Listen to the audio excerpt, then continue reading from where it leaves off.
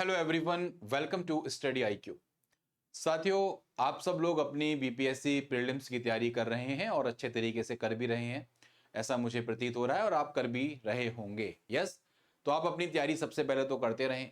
ठीक है, paper postpone होगा या नहीं होगा वो तो बात की बात है। सबसे पहले आप अपनी जो प्रिपरेशन जिस पेज से कर रहे हैं उस पेज से करते रहें, अच्छे तरीके से अपनी कंप्लीट जो स्टडी है, प्रीवियस ईयर पेपर्स हैं उसको समझते हुए अपनी आप प्रॉपर तरीके से तैयारी करते रहें। दूसरी बात, बीपीएससी को लेकर एक जो अपडेट्स आपको देखने को मिली, तो उस अपडेट में देखने को मिल रहा है, न्यूज़पेपर के माध्यम से हमें क्लियर हुआ। न्यूज़पेपर में एक न्यूज़ निकली थी कि 17वीं संयुक्त परीक्षा का जो परीक्षा है वो 13 से 14 दिसंबर को संभावित है।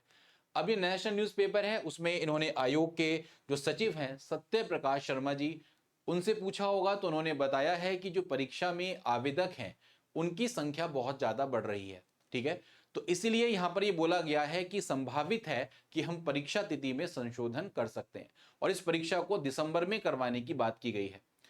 क्योंकि आपको पता होगा एक लेटर वायरल हुआ था, अगर आप सब समझदार हैं तो इस तरीके का कोई लेटर वायरल हुआ था जो सचिव बिहार लोक सेवा आयोग के द्वारा ये लेटर, आपको पता होगा, ये मिल रहा होगा आप लोगों को। अभी ऑफिशियल है नहीं, इसकी पुष्टि हम नहीं कर सकते अपने प्लेटफॉर्म पे, लेकिन ये वायरल हुआ है। 7 अक्टूबर का ये आपको लेटर आपको देखने को मिलेगा। ठीक है, लेकिन मैं तब इसके बारे में आपको बताने की कोशिश कर रहा हूं कि जब आपका न्यूज़पेपर में ये आ गया है।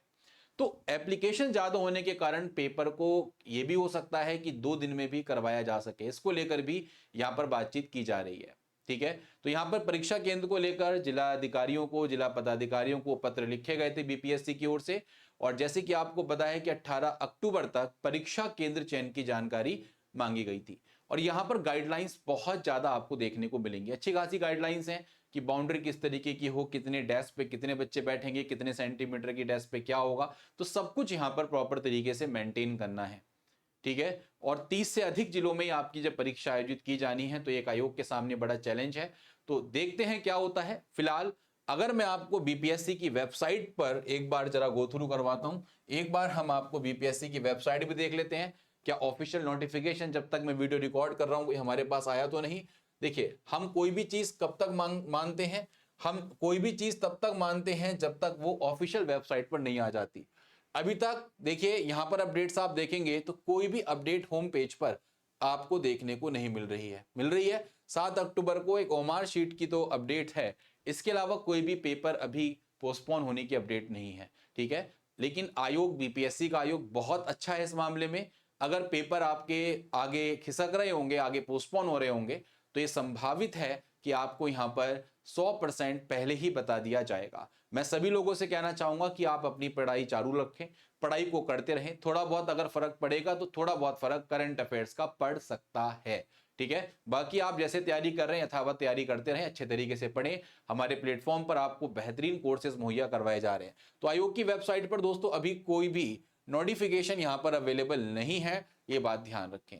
ठीक है, तो मैं उम्मीद करूंगा कि जब तक नोटिफिकेशन हमारे पास नहीं आता है तब तक हम किसी भी तरीके की चर्चा यहां पर नहीं कर सकते हैं।